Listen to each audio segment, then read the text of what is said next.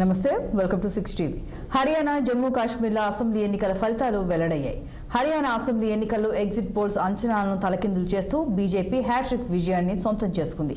దీంతో వరుసగా మూడోసారి హర్యానాలో బీజేపీ ప్రభుత్వం ఏర్పాటు చేసేందుకు రెడీ అవుతోంది. అయితే 1966లో హర్యానాలో ఏర్పాటు నుంచి ఇప్పటి వరకు ఏ పార్టీ కూడా వరుసగా మూడోసారి అధికారం చేపట్టలేదు. దీంతో బీజేపీ హర్యానాలో మూడోసారి అధికారం చేపట్టడం ద్వారా రికార్డు సృష్టించబోతోంది.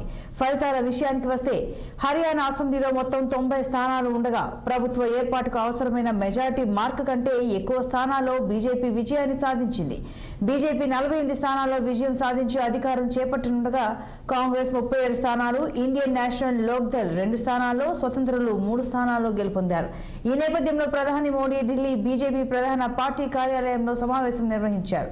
జమ్మూ కాశ్మీర్ అసెంబ్లీ ఎన్నికల్లో జమ్మూ కాంగ్రెస్ కూటమి మెజారిటీ మార్క్ ను దాటి అధికార పీఠాన్ని ఖాయం చేసుకుంది. ఏకైక పెద్ద పార్టీగా నేషనల్ కాన్ఫరెన్స్ 42 సీట్లు కైవసం చేసుకోగా భాగస్వామ్య కాంగ్రెస్ పార్టీ 6 సీట్లు, మరో భాగస్వామ్య పార్టీ సిపిఎం 1 స్థానాన్ని గెలుచుకున్నాయి. దీంతో ప్రభుత్వం ఏర్పాటుకు అవసరమైన 48 సీట్ల మ్యాజిక్ ఫిగర్ ను కూటమి దక్కించుకుంది.